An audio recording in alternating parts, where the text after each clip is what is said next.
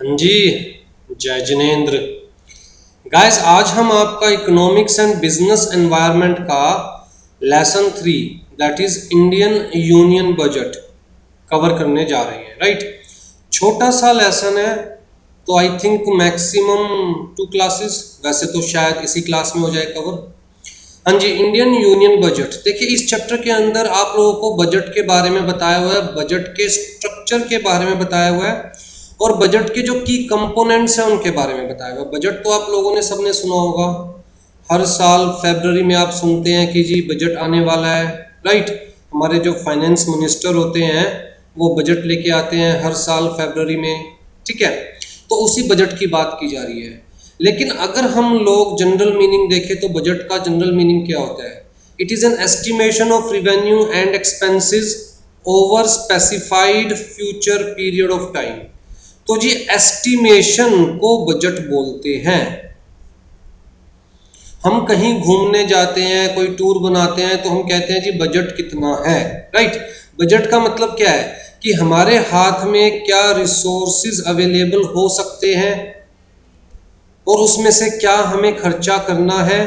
मतलब कुल मिलाकर क्या हमारे पास रिवेन्यू है और उसमें से कितना हमें एक्सपेंस करना है। ठीक है। अगर एक हफ्ते पहले प्लानिंग कर रहे हैं कुछ फ्रेंड्स मिलकर के यार घूमने चलेंगे, तो ऐसा नहीं है कि एग्जैक्टली उन्होंने कहा जी मेरे पास तो 8,000 रुपये पड़े हैं, अलग से मैंने घूमने के लिए रखे हुए हैं। वो कहता है जी मेरे पास जितने भी रिसोर्सेज हैं उनमें से लेट्स से नियरली 8,000 रुपीज़ तक मैं इस टूर पर खर्च कर सकता हूँ। तो वो क्या एक एस्टिमेशन है कि 8,000 से 8,500 हो जाएंगे या 7,500 रह जाएंगे। राइट। लेकिन एक एस्टिमेशन दिया जाता है कि भाई इतने मैं रिसोर्सेज अरेंज कर सकता हूँ जो टूर पे मैं खर्च कर सकता हूँ। मतलब 8,000 से कम हुए तो अच्छा है, बच जाएंगे पैसे, ज़्यादा हो तब भी 100-200 रुपये में कोई दिक्कत नहीं है। राइट। तो जहाँ पर हम एक एस्टिमेशन लेके चलते हैं ऑफ द रिवेन्यू की फ्यूचर में, जनरली एक ईयर में, फ्यूचर में मतलब आने वाले एक साल में क्या हमारे पास रिवेन्यू का सोर्स है, क्या हमारे पास एक्सपेंसेस का सोर्स है। Right. Usually compiled and re evaluated on the periodic basis. तो दोबारा दोबारा हम बनाते हैं बजट, दोबारा दोबारा रीवैल्यूएट करते हैं।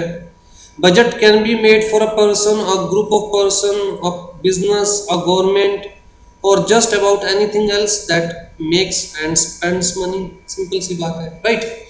तो जी जो हमारी गवर्नमेंट है, इंडियन गवर्नमेंट, मैं सेंट्रल गवर्नमेंट की बात कर रहा हूँ, स्टेट गवर्नमेंट की बात नहीं कर रहे हैं इस चैप्टर के अंदर, सिर्फ सेंट्रल गवर्नमेंट की बात कर रहे हैं, इसलिए लिखा हुआ है इंडियन यूनियन बजट। तो जो हमारी इंडियन गवर्नमेंट है, हम कहेंगे वो गवर्नमेंट कौन है? वो गवर्नमेंट है जी एक तरह से जैसे हमारे घर में होते हैं तो लेट से दादा दादी, या फिर लेट से मम्मी पापा।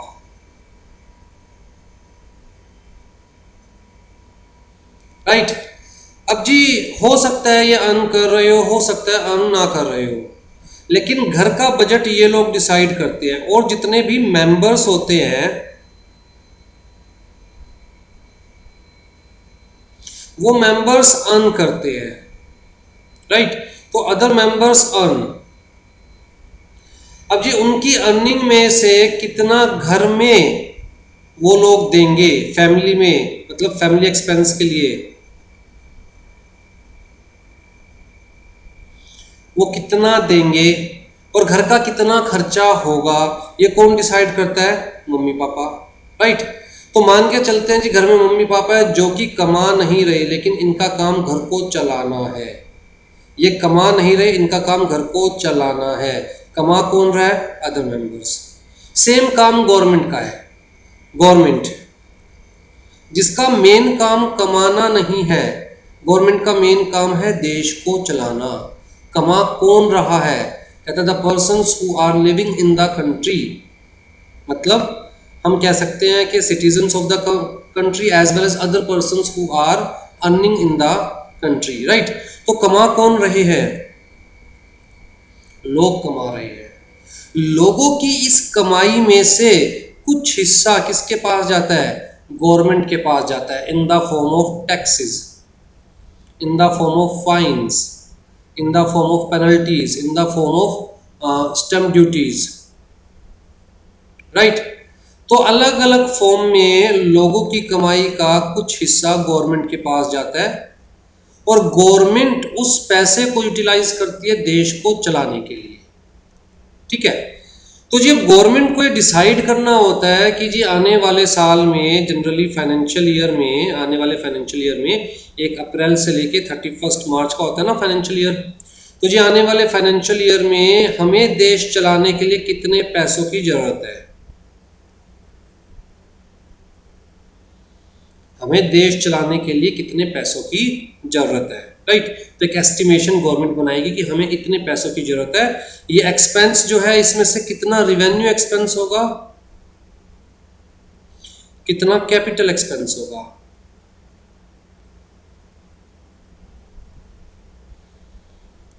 कितना रिवेन्यू एक्सपेंस होगा, कितना कैपिटल एक्सपेंस होगा। कैपिटल एक्सपेंस का क्या मतलब हुआ, an expense either to create some asset, either to create some asset or to reduce the liability, reduce some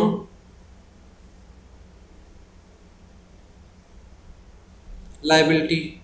अगर हम एक्सपेंस कर रहे हैं जिसकी वजह से कोई एसेट क्रिएट हो रही है या फिर लाइबिलिटी कम हो रही है तो उस एक्सपेंस को हम बोलेंगे कैपिटल एक्सपेंस।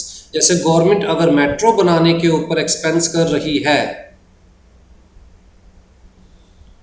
तो भैया वो एक्सपेंस क्या, कैपिटल एक्सपेंस, क्योंकि बकायदा एक परमानेंट स्ट्रक्चर क्रिएट किया जा रहा है, एसेट क्रिएट की जा रही है। ठीक है। अगर गवर्नमेंट मान के चलिए लोगों का पैसा वापस दे रही है, जो गवर्नमेंट ने बोरो किया था पैसा वो वापस दे रही है गवर्नमेंट, तो गवर्नमेंट की लाइबिलिटी रिड्यूस होगी, उसको हम क्या बोलेंगे, कैपिटल एक्सपेंस कर लीजिए, कैपिटल पेमेंट कर लीजिए। ठीक। रिवेन्यू का मतलब क्या हुआ,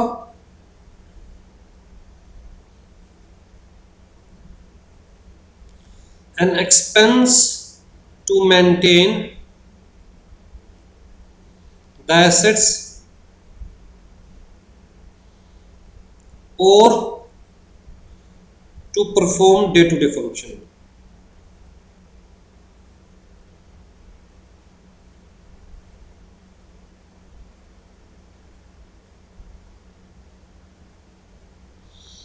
तो जो डेली बेसिस पर या रेगुलर बेसिस पर, रिपीटेड बेसिस पर खर्चे किए जाते हैं उनको हम कहते हैं रेवेन्यू एक्सपेंसेस।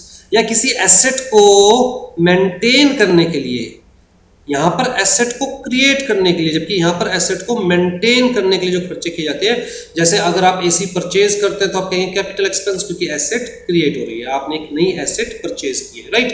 लेकिन अगर आप एसी की मेंटेनेंस दे रहे हैं, लेट्स से ईयरली मेंटेनेंस दे रहे हैं 2000 रुपए, तो वो एक्सपेंस क्या आएगा, revenue expense, that is to maintain the asset, right. और to perform day to day expenses, day to day function, जैसे कि सैलरीज। गवर्नमेंट अपने एम्प्लॉइज को जो सैलरीज देती है वो कौन सा एक्सपेंस होगा। लेकिन गवर्नमेंट अगर किसी एसेट को क्रिएट करने के लिए सैलरी दे रही है, जैसे मेट्रो को बनाने के लिए अगर गवर्नमेंट मजदूरों को तनख्वाह दे रही है तो वो कौन सा एक्सपेंस होगा, कैपिटल एक्सपेंस। क्यों, क्योंकि वो मेट्रो की कॉस्ट में कंसीडर किया जाएगा। सामान लगा 10,000 रुपए का और उसके बाद लेबर दी 5,000 रुपए की, तो टोटल कितनी की पड़ी, 15,000 रुपए की, राइट। तो इस टाइप की जो लेबर दी जाएगी वो तो कैपिटल एक्सपेंस में कंसीडर किया जाएगा, लेकिन डे टू डे फंक्शन को परफॉर्म करने के लिए जो सैलरीज दी जाती है वो किस में कंसीडर की जाएगी, कहता है जी रिवेन्यू में। तो जी गवर्नमेंट एक एस्टिमेट लेगी कि अगले फाइनेंशियल ईयर में हमारा कितना खर्चा होने वाला है, राइट। तो आने वाले फ्यूचर के लिए हम बजट बनाते हैं। अब ये जो खर्चा होने वाला है, गवर्नमेंट कहती है जी मान के चलो खर्चा होने वाला है हमारा 10,000 रुपए का आने वाले साल में, revenue expense as well as capital expense. तो ये जो खर्चा होने वाला है इसके लिए हमें क्या चाहिए, कहता है इसके लिए रिवेन्यू चाहिए, मतलब इनकम चाहिए। अब जो गवर्नमेंट के पास इनकम के क्या क्या सोर्स होते हैं जनरली, कहता है गवर्नमेंट के पास इनकम का जो सबसे मेजर कंपोनेंट होता है वो होता है टैक्सेस। टैक्सेस आपको पता है दो तरह के होते हैं, डायरेक्ट टैक्सेस और दूसरा इनडायरेक्ट टैक्सेस। डायरेक्ट टैक्सेस और दूसरा इनडायरेक्ट टैक्सेस। ठीक है, डायरेक्ट टैक्सेस के अंदर आप इनकम टैक्स याद रखिए, एग्जीक्यूटिव लेवल पर पूरा टैक्स आपका एक सब्जेक्ट है। तो डायरेक्ट टैक्सेस में इनकम टैक्स याद रखिए। डायरेक्ट टैक्सेस का मतलब वो टैक्स जो डायरेक्टली टैक्स पेयर की जेब से जाए गवर्नमेंट को। ठीक है, मतलब बीच में कोई इंटरमीडियरी नहीं है। इनडायरेक्ट टैक्सेस जैसे कि जीएसटी, जैसे कि कस्टम, मतलब वो टैक्स जो कि डायरेक्टली गवर्नमेंट को नहीं जा रहा टैक्स पेयर की जेब से, बल्कि बीच में इंटरमीडियरी है। जैसे ए ने अगर कोई सामान परचेज किया बी से, तो उस सामान की कॉस्ट होगी प्लस उसमें टैक्सेस इंक्लूड होंगे। तो ए ने टैक्सेस किसको दिए, बी को, सामान के प्राइस के साथ। बी वो टैक्सेस किसके पास जमा करवाएगा, गवर्नमेंट के पास।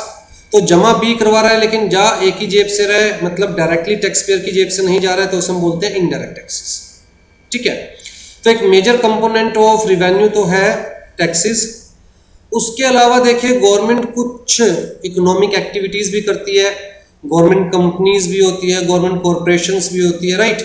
तो कुछ इकोनॉमिक एक्टिविटीज भी होती है।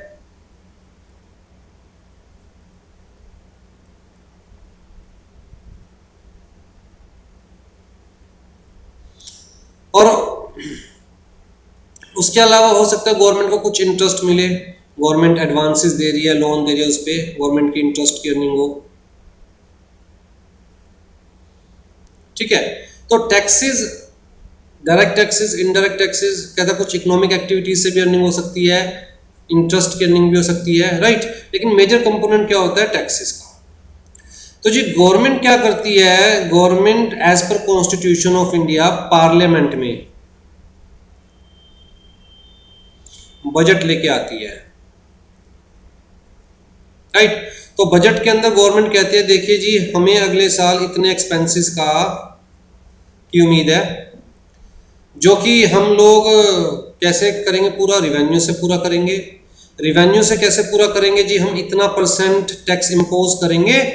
गवर्नमेंट के पास एक एस्टिमेशन होता है कि यार इतने जो अमाउंट है उस पर हमें टैक्स मिलने वाला है, लेट से हमें 10,000 रुपये पे टैक्स मिलने वाला है। अगर गवर्नमेंट कहती है जी 20% टैक्स इम्पोज करेंगे तो गवर्नमेंट के पास कितने आएंगे, 2,000 रुपये। अगर गवर्नमेंट को लगता है नहीं जी हमारा तो 22,000, 2,000 से ज़्यादा खर्चा है, गवर्नमेंट कहती है जी 25% टैक्स इम्पोज करेंगे तो कितना आएगा, राइट। तो इस बेसिस पे गवर्नमेंट क्या डिसाइड करती है, टैक्स रेट्स। इस बेसिस पे गवर्नमेंट क्या डिसाइड करती है, टैक्स रेट्स। तो जी इसके अंदर बजट के अंदर गवर्नमेंट बताती है जी हमारा इतना एक्सपेंस होने वाला है और हम इस तरह से इतना रिवेन्यू जनरेट करने की हमें उम्मीद है। ठीक, तो जितना एक्सपेंस होने वाला है उसके बेसिस पर ही डिसाइड किया जाता है कि रिवेन्यू कहाँ से जनरेट किया जाएगा, कितना जनरेट किया जाएगा।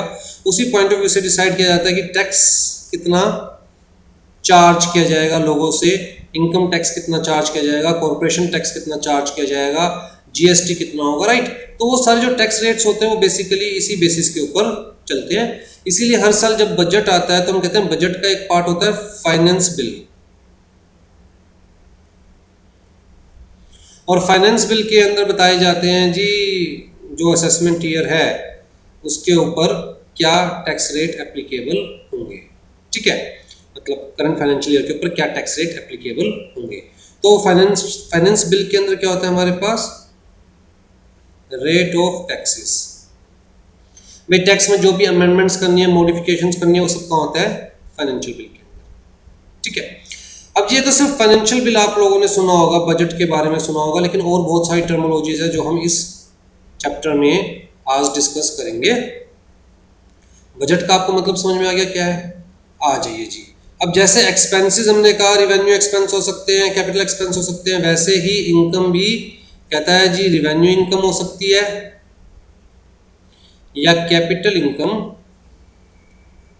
हो सकती है। और कॉन्स्टिट्यूशन ऑफ इंडिया कहता है कि भैया जब आप बजट प्रेजेंट करो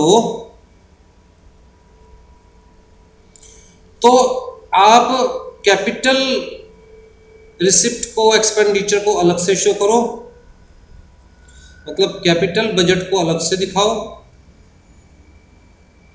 और रिवेन्यू, रिसिप्ट और एक्सपेंडिचर को अलग से शो करो, मतलब रिवेन्यू बजट को अलग से दिखाओ। ठीक है, उसके अलावा एक एक्सपेंडिचर बजट भी नाम दिया गया है,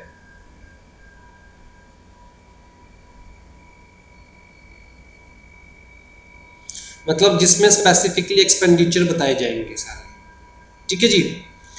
हाँ जी, यूनियन बजट बेसिकली दो पार्ट्स में डिवाइडेड होता है, कहता है revenue budget, capital budget. Revenue budget का मतलब revenue receipt, revenue expenditures. Capital budget का मतलब capital receipt, capital expenditure, right. Revenue receipt जैसे कि टैक्सेस है हमारे पास, राइट, जैसे कि non tax revenue. Non tax revenue में मैंने आपको क्या कहा था, जैसे ही कुछ इकोनॉमिक एक्टिविटीज होगी जो गवर्नमेंट करती है, उसके अलावा इंटरेस्ट हो गया, तो सब किस में आएगा, रिवेन्यू रिसिप्ट के अंदर। तो जी कुछ इंपॉर्टेंट टर्म्स बजट से रिलेटेड सबसे पहले देखिए जी। अच्छा, आपकी बुक के अंदर कुछ इंपॉर्टेंट पॉइंट्स दे रखे हैं, मैं एक बार वो रीड कर देता हूँ, तो नोट्स में भी डालेंगे हम लोग, तो नोट्स में भी आपको मिल जाएंगे। हाँ जी, overview of Indian union budget. The first Indian budget was presented by mister James Wilson on February 18, 1869।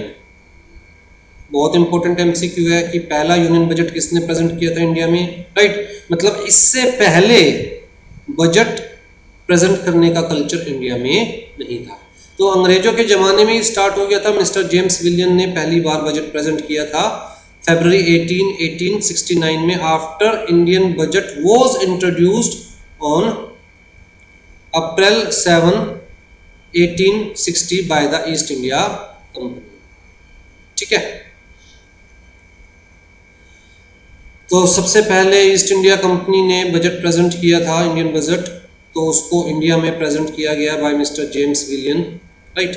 तो ईस्ट इंडिया कंपनी ने पहले बजट बनाया, उसको प्रेजेंट किसने किया, मिस्टर जेम्स विल्सन ने। ठीक, first budget of independent India was presented by then finance minister mister R K Shanmukham Chetty on November 26, 1947। Till 1955 budget was only print. अच्छा, ये बहुत इंपॉर्टेंट एमसीक्यू है सारे पॉइंट से। ठीक है, आपको याद रखना है कि पहला जो बजट है वो इंडिया में किसने प्रेजेंट किया था, इंडिपेंडेंट इंडिया में पहला बजट किसने प्रेजेंट किया था, कब प्रेजेंट किया था। Till 1955 budget was only printed in English language, right. तो कल्चर वही था, क्योंकि ब्रिटिश राज में ही बजट प्रेजेंट करना शुरू कर दिया था, बजट लाना शुरू कर दिया था, तो उस वक्त सिर्फ इंग्लिश लैंग्वेज में बजट लाया जाता था। लेकिन कहता है जी from 1955 the budget started getting printed in both the languages, Hindi and English. हाँ जी, इन ब्रिटिश एरा बजट कब प्रेजेंट किया जाता था, कहता है शाम को 5 बजे। This practice was discontinued in the year 2001, मतलब 2001 तक वही प्रैक्टिस चलती रही, शाम को 5 बजे बजट आया करता था। लेकिन अब सुबह 11 बजे बजट आ जाता है। ठीक है, बजट कब आता है, फरवरी में आता है। तो जी पहले क्या था, बजट आता था on the last working day of the February, but कहता है जी पिछले 2 सालों से, मतलब 2017 तक तो आया budget last day of February को, लेकिन उसके बाद से बजट आता है अब first working day of the फरवरी। हाँ जी, 2 ही ऐसे हमारे पास फाइनेंस मिनिस्टर है जिन्होंने कभी बजट प्रेजेंट नहीं किया, मतलब फाइनेंस मिनिस्टर रहे, लेकिन इन दोनों ने इंडिया में कोई भी बजट कभी प्रेजेंट नहीं किया पार्लियामेंट में। ठीक है, तो ये ऐसे फाइनेंस मिनिस्टर है जिन्हें बजट पार्लियामेंट में प्रेजेंट करने का मौका ही नहीं मिला। हाँ जी, सबसे ज्यादा बजट किसने प्रेजेंट किए, मोरारजी देसाई ने, श्री मोरारजी देसाई। कहते हैं 10 बजट्स प्रेजेंट करने का मौका मिला इन्हें as finance minister. For the first time in 92 years the union budget 2017 merge the union budget with the railway budget, क्योंकि उससे पहले रेलवे बजट को अलग से शो किया जाता था और यूनियन बजट को अलग से शो किया जाता था, लेकिन 2017 में इनको मर्ज कर दिया गया और अब इनको एक ही एज यूनियन बजट ही शो किया जाता है। ठीक है, आ जाइए जी, की terminologies heads covered under the budget. हाँ जी, सबसे पहला क्या है, कहता है एनुअल फाइनेंशियल स्टेटमेंट। तो जी आर्टिकल कौन सा कॉन्स्टिट्यूशन ऑफ इंडिया का, ये बड़ा इंपॉर्टेंट है। It is a document presented to the parliament every year under article 112 of constitution of India. क्या है ये एनुअल फाइनेंशियल स्टेटमेंट? कहता है estimated receipts and expenditure of the government of India for the coming financial year. तो आपको मैं बता चुका हूँ, बजट तो फ्यूचर के लिए ही बनाया जाता है। तो जी गवर्नमेंट ऑफ इंडिया का एस्टिमेटेड, देखिए फेब में बजट आया, लेट्स से 1 फेब, तो ये जो अगर बजट 1 फेब 2020 को आ रहा है, तो ये आने वाले फाइनेंशियल ईयर के लिए 1 अप्रैल 31 मार्च, ठीक है। तो एडवांस में ही पार्लियामेंट के सामने रख दिया जाता है ना कि आने वाले साल में जी ये खर्चा होने की उम्मीद है, ये रिवेन्यू जनरेट होने की उम्मीद है। और रिवेन्यू कैसे जनरेट होगा, क्योंकि हम ये टैक्स रेट्स रखेंगे, इतनी हमें उम्मीद है कि भाई इस पैसों के ऊपर टैक्स मिलेगा, तो जी इतना हमारे पास टैक्स इकट्ठा हो जाएगा, इतना हमारे पास नॉन टैक्स रिवेन्यू इकट्ठा हो जाएगा। तो बेसिकली एक बजट के फॉर्म में रखा जाता है। तो जी एनुअल फाइनेंशियल स्टेटमेंट क्या दिखाता है, पूरे साल में क्या खर्चा होने की उम्मीद है, क्या रिसिप्ट्स मिलने की उम्मीद है, right. In relation to revised estimate for the previous year as also the actual amount for the year prior to it, ठीक। तो जी ये तो एक एस्टीमेट हो गया। अब देखिए क्या चीज दे रहे हैं ये, इसके अंदर बेसिकली 3 चीज दे रहे हैं। पहली चीज कहता है जी जो प्रीवियस ईयर में खर्चा हुआ actual expense, actual of previous year, और पिछले साल जो बजट लाया था उसको रिवाइज करेंगे on the basis of actual, right. Basically जो बजट है वो तो एस्टिमेट था ना पिछले साल का, फिर जो खर्चा हुआ उसके बेसिस पे रिवाइज करेंगे और इस साल का हम एस्टिमेट देंगे कि आने वाले साल में क्या खर्चा होने वाला है। तो कुछ इस टाइप में होगा, मैं आपको शो कर देता हूँ, आपकी बुक में दिखाया हुआ है।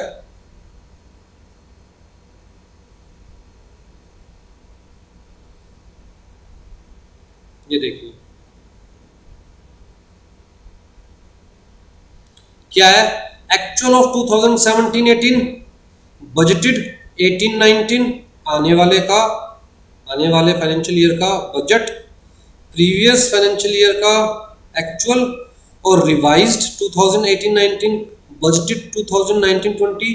तो हम पिछले साल का रिवाइज भी करते हैं, इस साल का बजटेड भी लेते हैं और प्रीवियस ईयर का एक्चुअल भी शो करते हैं, राइट। तो इससे पता चलता है कि एक्चुअल में जो बजट पिछली बार दिया गया था उसमें और रिवाइज्ड में कितना डिफरेंस है, कि जो पहले वाला बजट था वो प्रॉपर बनाया भी गया था, नहीं बनाया गया था, बजट की कोई रिलायबिलिटी थी भी या नहीं थी, ठीक है जी। हाँ जी, the receipt and disbursements are shown under 3 parts, 3 अलग अलग पार्ट्स में शो किए जाते हैं यहाँ पर। तो पहला तो हो गया कंसोलिडेटेड फंड, दूसरा हो गया कंटीजेंसी फंड, तीसरा हो गया पब्लिक फंड, राइट। मतलब ये एनुअल फाइनेंशियल स्टेटमेंट में शो करेंगे कि जी कंसोलिडेटेड फंड के अंदर कितना रिसिप्ट आने वाला है और कितना डिसबर्समेंट का मतलब जाने वाला है, खर्चा होने वाला है। फिर अलग से शो करेंगे कंटीजेंसी फंड में कितना रिसिप्ट आने वाला है, कितना खर्चा होने वाला है। फिर अलग से शो करेंगे पब्लिक अकाउंट में कितना आने वाला है, कितना जाने वाला है, ठीक। या मैं खर्चा नहीं कह रहा हूँ, मैं कह रहा हूँ आने वाला कितना जाने वाला है, राइट। क्यों, उसका रीजन बताऊंगा। तो कुल मिलाकर जितना भी खर्चा होने वाला है, जितना भी रिवेन्यू आने वाला है, उन सबको 3 अलग अलग फंड्स में शो किया जाएगा, consolidated fund of India, contingency fund of India, public accounts of India. Under the constitution annual financial statement has to distinguish expenditure on revenue account. वो मैं आपको बता ही चुका हूँ कि बेसिकली बजट में कॉन्स्टिट्यूशन ऑफ इंडिया के अकॉर्डिंग हमें जो रिवेन्यू एक्सपेंडिचर है, रिवेन्यू इनकम है, वो अलग शो करनी होती है, कैपिटल एक्सपेंडिचर है, कैपिटल इनकम है, वो अलग शो करनी होती है। तो बेसिकली बजट 2 पार्ट्स में डिवाइडेड होता है, revenue budget and capital budget. Revenue budget के अंदर revenue income, revenue expenditure, capital budget के अंदर कैपिटल इनकम, कैपिटल एक्सपेंडिचर। ठीक, आज ये जी हमने यहाँ पर अभी अभी डिस्कस किया कि एनुअल फाइनेंशियल स्टेटमेंट का एक पार्ट है हमारे पास कंसोलिडेटेड फंड। तो जी एनुअल फाइनेंशियल स्टेटमेंट में दोबारा से हम क्या दिखा रहे हैं, हम दिखा रहे हैं जी कितना एक्सपेंडिचर होने वाला है, कितना रेवेन्यू जनरेट होने वाला है, कब, अगले साल, नेक्स्ट फाइनेंशियल ईयर के अंदर। ठीक है, तो जी जो भी एक्सपेंडिचर होने वाला है या जो भी रेवेन्यू जनरेट होने वाला है उसको हम तीन पार्ट्स में डिवाइड कर रहे हैं कि कंसोलिडेटेड फंड में कितना रेवेन्यू, कितना एक्सपेंडिचर, कंटीजेंसी फंड में कितना रेवेन्यू, कितना एक्सपेंडिचर, पब्लिक अकाउंट में कितना रेवेन्यू, कितना डिसबर्समेंट। ठीक, और यहाँ पर भी इनमें भी हम लोग क्या करेंगे, कैपिटल रेवेन्यू और कैपिटल एक्सपेंडिचर को अलग रखेंगे और रेवेन्यू इनकम, रेवेन्यू एक्सपेंडिचर को अलग रखेंगे। ठीक है जी, तो कुल मिला के revenue budget and capital budget. आज है जब कंसोलिडेटेड फंड क्या होता है, कहता है सबसे इंपॉर्टेंट जो पार्ट है बजट का that is consolidated fund. Consolidated पूरे इंडिया का फंड, राइट। एक्चुअल में जो भी खर्चा किया जाता है बाय द गवर्नमेंट वो पैसा कहाँ से निकाला जाता है, कंसोलिडेटेड फंड से। जो भी रेवेन्यू जनरेट होता है वो सारा कहाँ पर डाला जाता है, कंसोलिडेटेड फंड में। ठीक, तो key to budget, the consolidated fund of India includes revenues which are received by governments through taxes and expenses incurred in the form of borrowings and loans। तो कुल मिला के जितना भी रेवेन्यू जनरेट होता है कहाँ पर, कंसोलिडेटेड फंड में, जितना भी एक्सपेंडिचर होता है कंसोलिडेटेड फंड से। It represents one of the three parts of annual financial statement. Other दो पार्ट्स कौन से है, contingency fund and public account, ऊपर हम पढ़ चुके हैं। All government expenditure are met. All government expenditure are met by the consolidated fund except a few made by the contingency fund और public fund। अब जी कंटीजेंसी तो नाम से आपको पता चल रहा होगा ना, जरूरत पड़ने पर जो पैसा यूज किया जाए, जो फंड यूज किया जाए वो कंटीजेंसी फंड। कहीं बाढ़ आ गई है, सुनामी आ गया है, अर्थक्वेक आ गया है, तो जी मिस्टर पीएम रिलीफ प्रोवाइड करते हैं ना उस एरिया में, तो वो इमीडिएट जो पैसा चाहिए होता है जो एक्चुअल में पहले से प्लान नहीं होता या बजट का पार्ट नहीं होता, तो वो कहाँ से निकाला जाता है, वो कंटीजेंसी फंड से निकाला जाता है। ठीक है जी, the consolidated fund of India was created under article 266 of the constitution. It is also considered as the most important part of the financial statement similar to centre. कहता है हर स्टेट का अपना खुद का भी कंसोलिडेटेड फंड होता है। No money can be withdrawn from this fund without the permission of, without the approval of parliament. तो जी अब हमें सारा पढ़ के समझ में आया कि भैया मेन तो यही है, out of three funds main क्या है, ये सारा रिवेन्यू इसमें जाना है, राइट। जितना खर्चा होना है यहाँ से होना है, लेकिन खर्चा करने के लिए पार्लियामेंट के अप्रूवल की रिक्वायरमेंट है। बिना पार्लियामेंट के अप्रूवल के हम यहां से कोई खर्चा नहीं कर सकते। तो अप्रूवल लेनी पड़ेगी जी पार्लियामेंट की, बिल्कुल लेनी पड़ेगी। तो जी अप्रूवल कैसे लेंगे,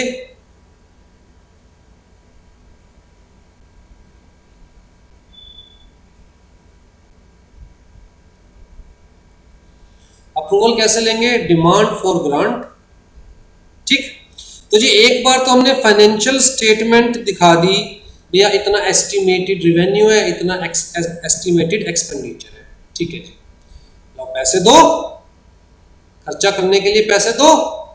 जैसे हमने फाइनेंशियल स्टेटमेंट में दिखाया कि यहाँ पर इतना इतना खर्चा होगा, उसके लिए पैसे दो। तो पैसे कैसे मांग रहे हैं, डिमांड फॉर ग्रांट। इस मिनिस्ट्री के लिए इतना पैसा चाहिए, इस मिनिस्ट्री के लिए इतना पैसा चाहिए, इस प्रोजेक्ट के लिए इतना पैसा चाहिए, इस काम के लिए इतना पैसा चाहिए। तो बेसिकली क्या किया जाता है, डिमांड फॉर ग्रांट, क्योंकि अप्रूवल चाहिए ना खर्चा करने के लिए। कंसोलिडेटेड फंड में से पैसा निकालने के लिए पार्लियामेंट के अप्रूवल चाहिए ना, तो ये क्या है, बेसिकली फॉर अप्रूवल। तो article 113 of the constitution mandates that estimate of expenditure from the consolidated fund of India included in the annual financial statement. कहता है जो भी एस्टिमेट आपने, एस्टिमेट ऑफ एक्सपेंडिचर जो भी आपने फाइनेंशियल स्टेटमेंट में शो किया है, जो आपको कंसोलिडेटेड फंड ऑफ इंडिया से चाहिए, खर्चा करना है, right. And required to be voted by the Lok Sabha, जिसके लिए आपको पार्लियामेंट की अप्रूवल चाहिए। तो जी पार्लियामेंट के सामने, पार्लियामेंट में मतलब लोकसभा के सामने आपको रखना पड़ेगा इन the form of demand for grant, ठीक। तो जी खर्चा शो तो यहीं पर ही किया है।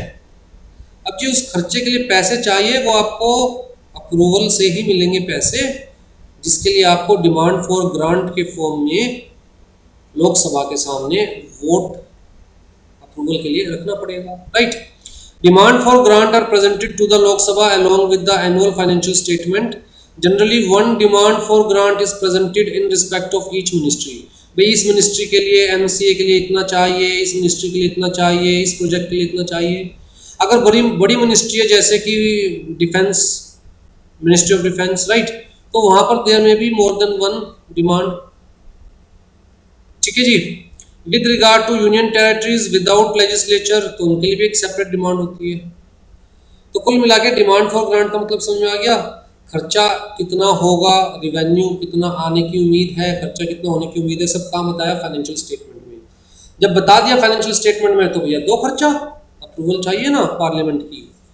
तो जी खर्चा किस डिपार्टमेंट के लिए कितना, किस मिनिस्ट्री के लिए कितना, हर डिपार्टमेंट के लिए अलग demand for grant, her ministry के लिए अलग डिमांड फॉर ग्रांट, ठीक है। अब जी उसके बाद आता है एप्रोप्रिएशन बिल। एप्रोप्रिएशन बिल क्या है, कहता है सप्लाई बिल या स्पेंडिंग बिल। अब जी हमने डिमांड फॉर ग्रांट जनरेट करी, ये अप्रूव हो गया। अप्रूव होने के बाद अब पैसे को डिस्ट्रीब्यूट किया जाए, एप्रोप्रिएट किया जाए कि कौन सा पैसा किस काम में कितना लगाया जाएगा, कौन सा पैसा किस काम में कितना लगाया जाएगा।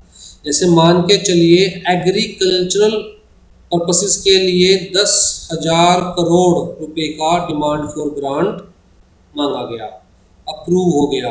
अब जिस 10,000 करोड़ में से कितना कितना पैसा किस किस स्कीम में लगाया जाएगा, किस किस एरिया में लगाया जाएगा, मतलब उस पैसे को एप्रोप्रिएट करना इज एप्रोप्रिएशन बिल, ठीक है। Is a proposed law that authorise the expenditure of government funds. It is a bill that sets money aside, sets money aside किस काम में कितना, for specific spending, set money aside for specific spending, right. In most democracies, approval of legislature is necessary for the government to spend money, ठीक है। India के अंदर क्या है जी, appropriation bill gives power to the government to withdraw funds from the consolidated fund of India for meeting the expenditure during the financial year, right।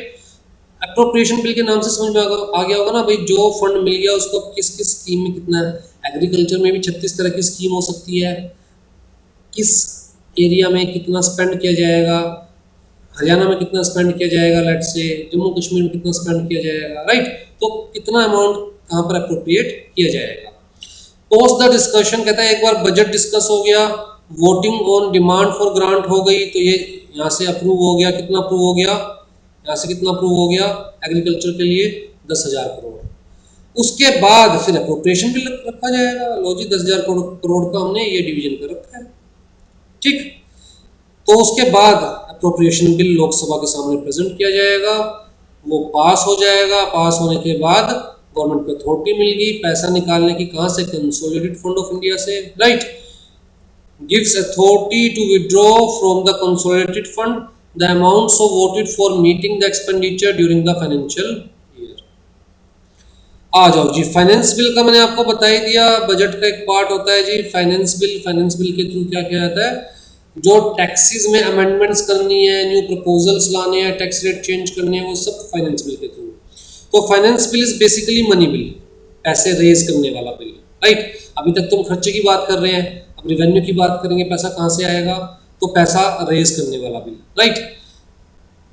As defined in the article 1110 of the constitution, the proposal of the government for levy of new taxes, modification of the existing tax structure and या और continuance of the existing tax structure beyond the period approved by the parliament are submitted to the parliament. मतलब नए taxes लगाने हैं, पुराने taxes में क्या changes करने हैं, क्या पुराने टैक्सेस कंटिन्यू करने हैं नहीं करने हैं, वो सब कहाँ पर आता है, related to money. Means revenue, specifically taxes. हाँ जी, हाउएवर कहता है जी ये फाइनेंस बिल भी किसके सामने रखा जाता है, कहता है जी लोकसभा से पास करवाना होता है। कहता है कि भैया राज्यसभा से पास करवाने की जरूरत नहीं है, however Rajya Sabha can recommend amendments in the bill, Rajya Sabha amendments recommend कर सकती है। The bill has to be passed by the parliament within 75 days of its introduction. आ जाओ जी, कंटीजेंसी फंड ऑफ इंडिया, ये मैं आपको बता ही चुका हूँ भैया, कुछ कंटीजेंसी आ गई, अनफोर्सीन इवेंट हो गया, तबाही मच गई, सुनामी आ गई, अर्थक्वेक आ गया, तो भैया सरकारें खड़ी हो जाती है, जो राज्य सरकारें हैं वो खड़ी हो जाती है सेंट्रल गवर्नमेंट के सामने, रिलीफ दो जी, रिलीफ पैकेज दो जी। तो कहाँ से लाएंगे खड़े पाँव पैसे भाई, वो ऐसा कुछ हो सकता है कंटीजेंसी, ये तो पहले सोचा ही नहीं था ना, तो खड़े पाँव पैसे कहाँ से लाएंगे। तो इसलिए कंटीजेंसी के पॉइंट ऑफ व्यू से एक फंड को एस्टेब्लिश किया जाता है, जिसे कहा जाता है कंटीजेंसी फंड ऑफ इंडिया। तो उन कंटीजेंसीज के लिए ही सिर्फ इस फंड का यूज किया जा सकता है। यूज क्या किया जा सकता है, फंड के अंदर कितने पैसे हैं इस फंड में, कहता है जी 500 करोड़ रुपए। अब कोई कंटीजेंसी हो गई और सेंट्रल गवर्नमेंट को 100 करोड़ रुपए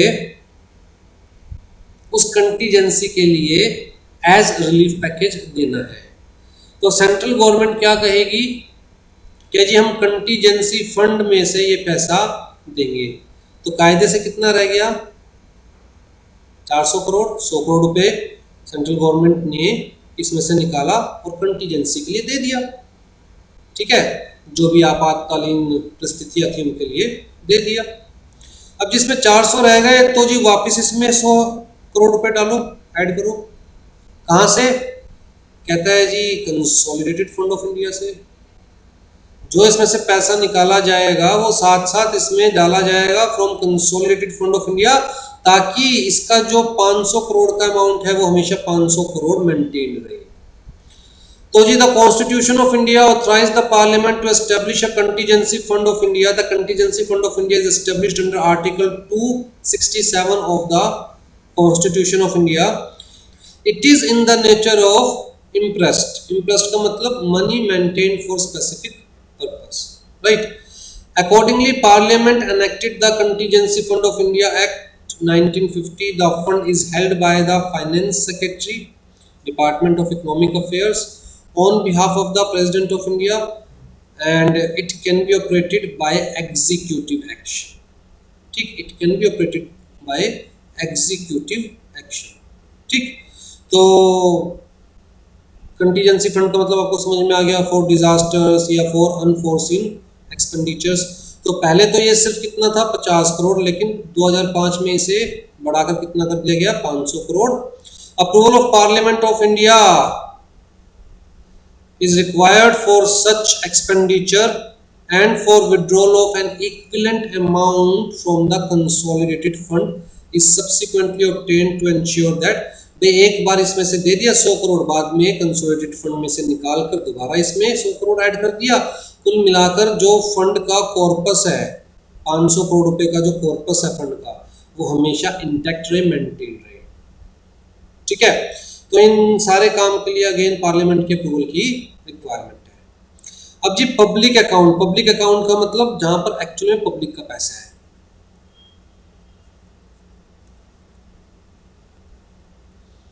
राइट। तो पब्लिक अकाउंट में जो पैसा होता है that is not the money of government, that is the money of public. Government के पास होता है बट होता मनी ऑफ पब्लिक है। जैसे कि आपने प्रोविडेंट फंड के बारे में सुना होगा, स्टैट्यूटरी प्रोविडेंट फंड। तो जी हर गवर्नमेंट एम्प्लॉय का प्रोविडेंट फंड कटता है, प्रोविडेंट फंड अकाउंट में जाता है। कहां पर है प्रोविडेंट फंड अकाउंट, किसके कंट्रोल में, गवर्नमेंट के कंट्रोल में है। तो पैसा गवर्नमेंट के पास है, लेकिन अल्टीमेटली जब आप अपना प्रोविडेंट फंड लेंगे तो गवर्नमेंट को पैसा देना पड़ेगा। तो एक्चुअल में that is not revenue for the government, not revenue for government. ना ये रिवेन्यू है ना गवर्नमेंट के ऊपर एक तरह का लोन है, बस आपका पैसा जो गवर्नमेंट के पास रखा है। जब आपको पैसा लेने के लिए एलिजिबल हो जाएंगे, जब आप प्रोविडेंट फंड लेने के लिए एलिजिबल हो जाएंगे तो आप प्रोविडेंट फंड डिमांड करेंगे, गवर्नमेंट आपको दे देगी, सिंपल सी बात है, राइट। तो इसको रिवेन्यू कंसीडर नहीं किया जाता। The public account of India was constituted by Article 266 of the Indian Constitution. It deals with the money received by the government, मतलब जैसे कि स्टैट्यूटरी प्रोविडेंट फंड हो गया, various pre deposits under income tax. Income tax में आपने पहले से money deposit करवा दिया कुछ, तो आपका पैसा है ना, जब तक लाइबिलिटी क्रिएट नहीं होती आपके ऊपर तब तक वो आपका प्री डिपॉजिट माना जाएगा, राइट। डेप्रिसिएशन है, रिजर्व फंड्स है of departmental undertakings are to be paid into public account. Basically कहता है इसकी रिसिप्ट है, डिसबर्समेंट है which do not form the part of the consolidated fund of India are included in the public accounts of the India. These funds do not belong to government. ये government के funds नहीं है, they are basically money of public and they have to be paid back at some time to their rightful owners, right? तो जी because of this nature of the fund, expenditure from it are not required to be approved by the parliament. भाई basically government का पैसा government अपना पैसा use नहीं कर रही, government revenue use नहीं कर रही, इसलिए इस पैसे को यूज करते हुए गवर्नमेंट को पार्लियामेंट की अप्रूवल की रिक्वायरमेंट नहीं है, क्योंकि अल्टीमेटली ये पैसा गवर्नमेंट को, राइटफुल ओनर को, जिसका वो पैसा उसे वापस देना ही देना है। ठीक है जी। हाँ जी, रिवेन्यू एक्सपेंडिचर में आपको समझा चुका हूँ, कैपिटल एक्सपेंडिचर में आपको समझा चुका हूँ, ये मैं आपको बता चुका हूँ कि कायदे से जो भी एक्सपेंडिचर होगा उसको हमें स्प्लिट करना है कि कौन सा रिवेन्यू एक्सपेंडिचर है, कौन सा कैपिटल एक्सपेंडिचर है। हमें रिवेन्यू को भी स्प्लिट करना होगा, कौन सा रिवेन्यू रिसिप्ट है, कौन सी कैपिटल रिसिप्ट है, राइट। और कुल मिला के दो बजट बनेंगे, एक रिवेन्यू बजट होगा और एक कैपिटल बजट होगा। तो यहाँ पर जो कुछ भी लिखा हुआ है वो सब मैं आपको समझा चुका हूँ। एक यहाँ पर वर्ड लिखा हुआ है डिसइन्वेस्टमेंट बाय द गवर्नमेंट। इसका क्या मतलब होता है, जैसे मान के चलिए मारुति में लेट्स से गवर्नमेंट की 60% शेयर होल्डिंग थी।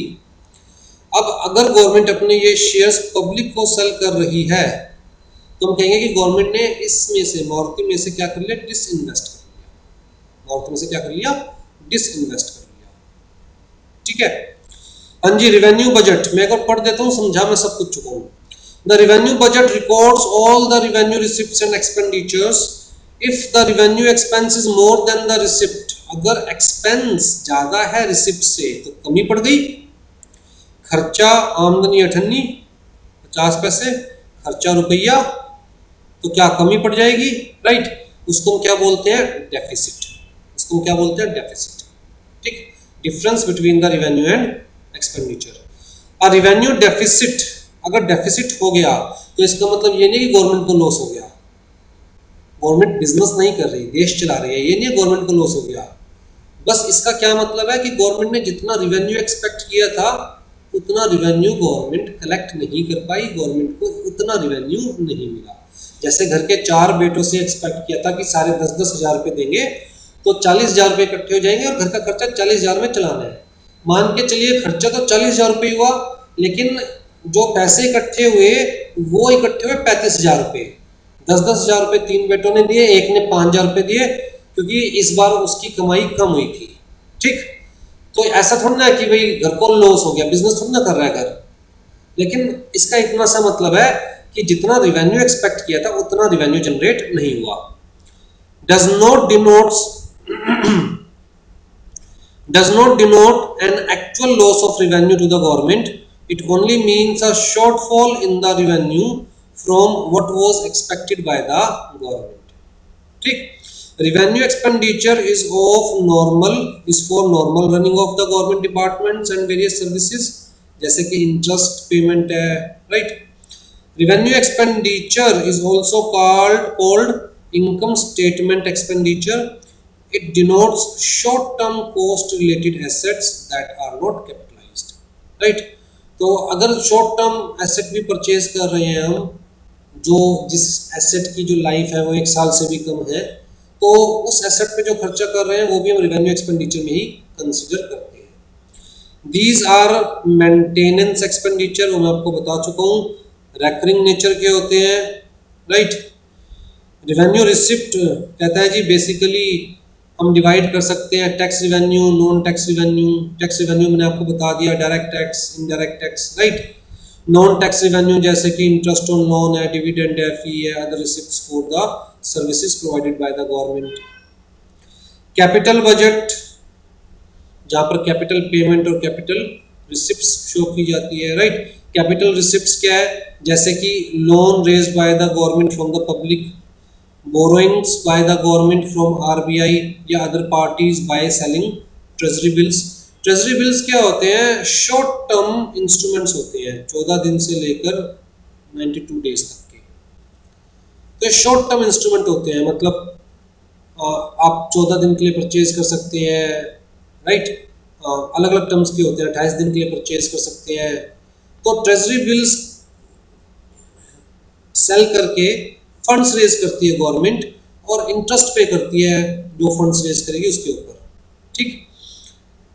लोन्स रिसीव एक तरह की ये सिक्योरिटी मान लीजिए, जैसे शेयर्स इशू करके कंपनी फंड्स रेज करती है, डिबेंचर्स इशू करके कंपनी फंड्स रेज करती है।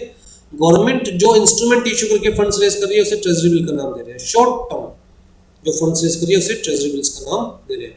लॉन्ग टर्म सिक्योरिटीज भी इशू करती है गवर्नमेंट, उसे डेटेड सिक्योरिटीज बोलते हैं। लेकिन जो शॉर्ट टर्म मतलब मैक्सिमम 92 डेज के लिए जो इशू किए जा रहे हैं उन्हें ट्रेजरी बिल्स बोलते हैं, ठीक। तो पब्लिक से, आरबीआई बेसिकली आरबीआई के थ्रू ये सेल किया जाता है पब्लिक को, treasury bills. Loans received from the foreign bodies या गवर्नमेंट, डिसइन्वेस्टमेंट रिसिप्ट्स होगी, लेट्स से वर्ल्ड बैंक से जो लोन मिलेगा वो सब कैपिटल रिसिप्ट में कंसीडर किया जाएगा। अपनी इन्वेस्टमेंट को सेल कर रही है, मारुति में जैसे सेल कर रही थी, तो वो जो पैसा रिकवर हो रहा है वो क्या हो रहा है, कैपिटल रिसिप्ट तो है। कैपिटल एसेट को सेल करके जो रिसीव हो capital receipt. Recoveries of loan grants by the central government, तो जो लोन दिए थे सेंट्रल गवर्नमेंट ने उसे कैपिटल पेमेंट में कंसीडर किया जाएगा, और जब वो वापस रिकवर हो जाएंगे गवर्नमेंट के पास तो उसे कैपिटल रिसिप्ट में कंसीडर किया जाएगा, राइट।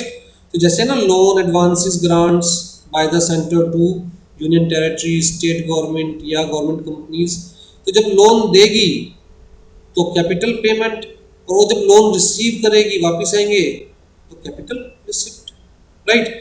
अगर शेयर्स में इन्वेस्ट करेगी तो capital investment, capital payment.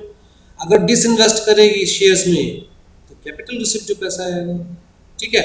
Asset create करने के लिए कोई भी एक्सपेंस करेगी गवर्नमेंट तो कैपिटल एक्सपेंडिचर, जैसे कि मेट्रो क्रिएट करने के लिए जो एक्सपेंस किया जा रहा है कैपिटल एक्सपेंडिचर।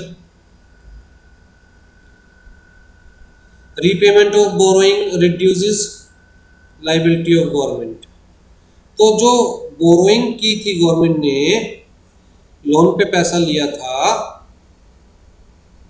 तो कैपिटल रिसिप्ट रीपे किया जा रहा है तो कैपिटल पेमेंट। हाँ जी, एक्सपेंडिचर बजट मतलब वो बजट जो कि एक्सपेंडिचर दिखा रहा है, सिंपल सी बात, ठीक है। कैपिटल एक्सपेंडिचर, रेवेन्यू एक्सपेंडिचर, जो कि अलग से सिर्फ एक्सपेंडिचर दिखा रहा है, दैट इज एक्सपेंडिचर बजट। तो एक्सपेंडिचर में भी दो तरह के एक्सपेंडिचर होते हैं, एक होता है नॉन प्लान एक्सपेंडिचर, जहां लिखा हुआ है ना expenditure for demand for grant of central government is also the part of expenditure budget, ठीक। तो नॉन प्लान एक्सपेंडिचर होता है, प्लान एक्सपेंडिचर होता है। नॉन प्लान एक्सपेंडिचर का मतलब क्या हो गया, कहता है कि जो नॉन प्रोडक्टिव एरिया में खर्चा है उसे हम कहते हैं non plan expenditure. Non productive area जैसे कि डे टू डे बेसिस पे जो सैलरीज दी जाती है, सब्सिडीज देती है गवर्नमेंट, लोन्स देती है, इंटरेस्ट पे करना पड़ता है गवर्नमेंट को, तो ये क्या है, ये नॉन प्रोडक्टिव एक्सपेंडिचर है, तो नॉन प्लान एक्सपेंडिचर बोला जाता है। और जो प्रोडक्टिव एक्सपेंडिचर होते हैं उनको प्लान एक्सपेंडिचर बोला जाता है, जैसे कि जो मिनिस्ट्रीज के प्रोजेक्ट्स होते हैं जो कि बेसिकली प्रोडक्टिव, जिसे बोला जाता है जिसकी वजह से विकास होगा, तो उस टाइप के जो खर्चे होते हैं उसे प्लान एक्सपेंडिचर बोला जाता है, ठीक है। फिस्कल डेफिसिट, हमने ऊपर रेवेन्यू डेफिसिट पढ़ा था ना, revenue deficit that is basically fiscal deficit. तो फिस्कल डेफिसिट का मतलब यही है, कहता है जहां खर्चा ज्यादा हो गया, डिस्बर्समेंट ज्यादा है from the consolidated fund of India और रेवेन्यू कम है, मतलब रिसिप्ट कम है, तो भैया उसे क्या बोलेंगे हम, डेफिसिट, राइट, कमी पड़ गई है। तो हम अपने पैसों की बात कर रहे हैं, जहां गवर्नमेंट का अपना खर्चा ज्यादा हो गया है, किससे, अपने रेवेन्यू से। कहता है जो डेट रेज किया गवर्नमेंट ने उसे कंसीडर नहीं करना, जो डेट दिया है गवर्नमेंट ने उसे कंसीडर नहीं करना। ठीक है, तो रिपेमेंट ऑफ डेट को कंसीडर नहीं करना और जो डेट रेज किया उसे कंसीडर नहीं करना, वो तो लाइबिलिटी है ना गवर्नमेंट की, तो उसे छोड़कर हमें देखना है कि कितना गवर्नमेंट के पास आया है और कितना गवर्नमेंट से गया है। गया ज्यादा है तो इसका मतलब डेफिसिट, मतलब कमी। ठीक है, a fiscal deficit situation occurs when the government's expenditure exceeds its income, government expenditure exceeds its income, it is calculated, दोनों तरह से कैलकुलेट किया जाता है, एब्सोल्यूट टर्म में भी, ऐसे मान के तो चलो 200 करोड़ का खर्चा है और 150 करोड़ का रिसिप्ट हुआ है, रेवेन्यू जनरेट हुआ है, तो जी कितने का डेफिसिट, कहता है जी 50 करोड़ का। तो ये तो हो गया एब्सोल्यूट टर्म। ठीक है, उसके अलावा as percentage of gross domestic product भी डेफिसिट को कैलकुलेट किया जाता है। तो यहाँ दिया हुआ है ना, मान के चलो जीडीपी कितनी है, ग्रोस डोमेस्टिक प्रोडक्ट कितनी है, इंडिया की जीडीपी है 400 करोड़ और डेफिसिट कितना है 10 लाख करोड़ का। 400 लाख करोड़ की जीडीपी, 10 लाख करोड़ का डेफिसिट, तो जीडीपी के कितना परसेंट डेफिसिट हो गया, 2.5% ऑफ जीडीपी। तो ये तो हो गया एब्सोल्यूट टर्म, कितने का डेफिसिट है, 10 लाख करोड़ का डेफिसिट। और ये हो गया रिलेटिव टर्म, जीडीपी के कितने परसेंट का डेफिसिट है, कहता है जीडीपी के 2.5% का डेफिसिट। मतलब ये रेफरेंस क्यों दी गई जीडीपी की, कि कितना ग्रोस डोमेस्टिक प्रोडक्ट है इंडिया का, उसके मुकाबले कितना ज्यादा खर्चा हो रहा है, 2.5% ज्यादा। ठीक है जी।